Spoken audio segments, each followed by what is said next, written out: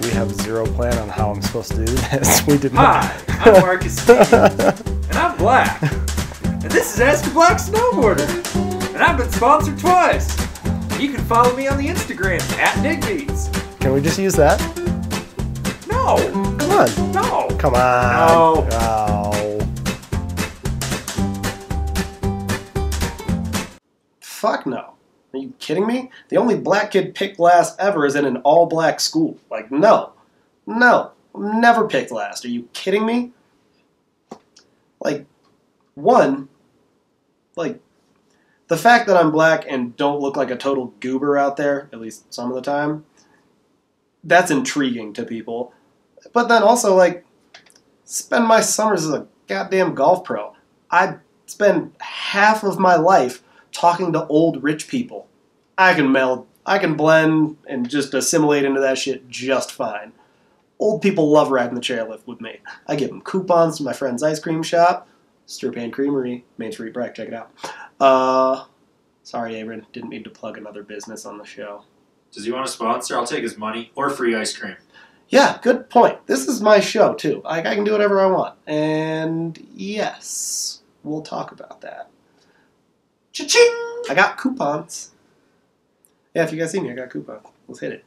If anything, I avoid them because I'm selective about who I want to ride the chairlift with. Fuck yeah. But no one ever really seems to avoid me, except like maybe women because I'm the anti-poon, but that has nothing to do with any of the rest of this. I'm going to die alone just like Avran. I've been asked this before. I really don't know. Sometimes I feel like early on it was a little bit of a hindrance. There's definitely a little bit of like that kind of odd man out feeling, that black sheep sort of scenario, no pun intended. I was the oddball. Part of the reason that I moved to Washington out of high school instead of someplace like Mammoth or Tahoe was because I didn't like all the clickiness in snowboarding because I didn't have a clique. I was a black kid from the East Coast with like a really solid group of friends there, but as soon as I left, I didn't know people, I didn't have connections, I didn't know all like the trendiest stuff in the industry the same way that a lot of kids did that grew up in higher profile areas. So like, even if I were not black, I think that would have made my sponsorship journey a little bit tricky just because like I love snowboarding and I operated on like raw talent and passion. And it wasn't until I started competing at a higher level that allowed me to travel more and meet more people and see more things and work with photographers and just kind of become more of a student of snowboarding as a whole. Both just the history, the present trends, all those kind of things that I wasn't really exposed to at home and when I was younger. That's when I kind of started to blow up.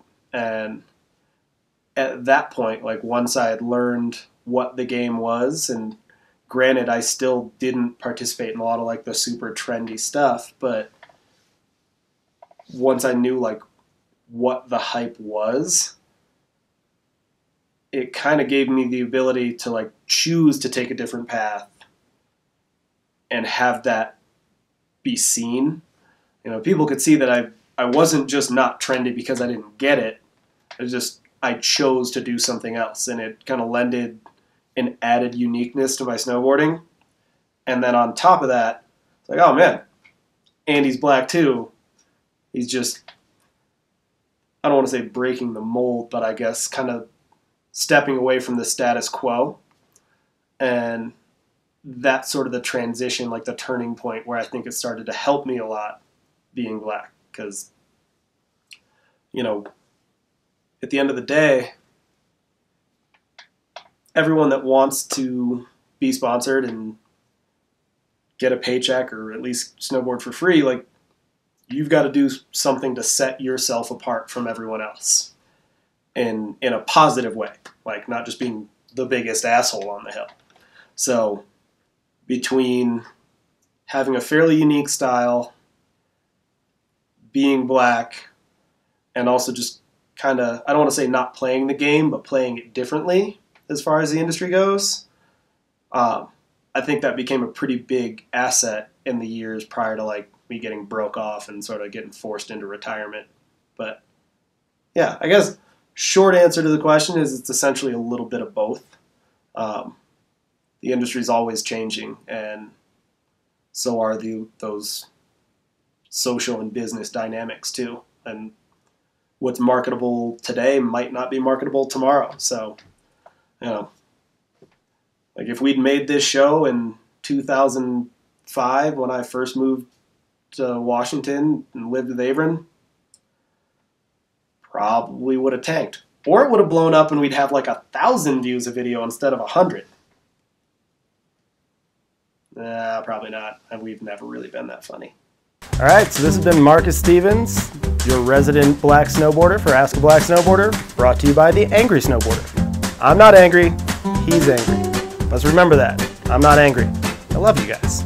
And if you love me, like, subscribe, share, click the bell so you get the alerts. It's down here somewhere. I don't know much about YouTube. Yeah, tell your mom, tell your friends, and if you hated it, I'm doing my job really well.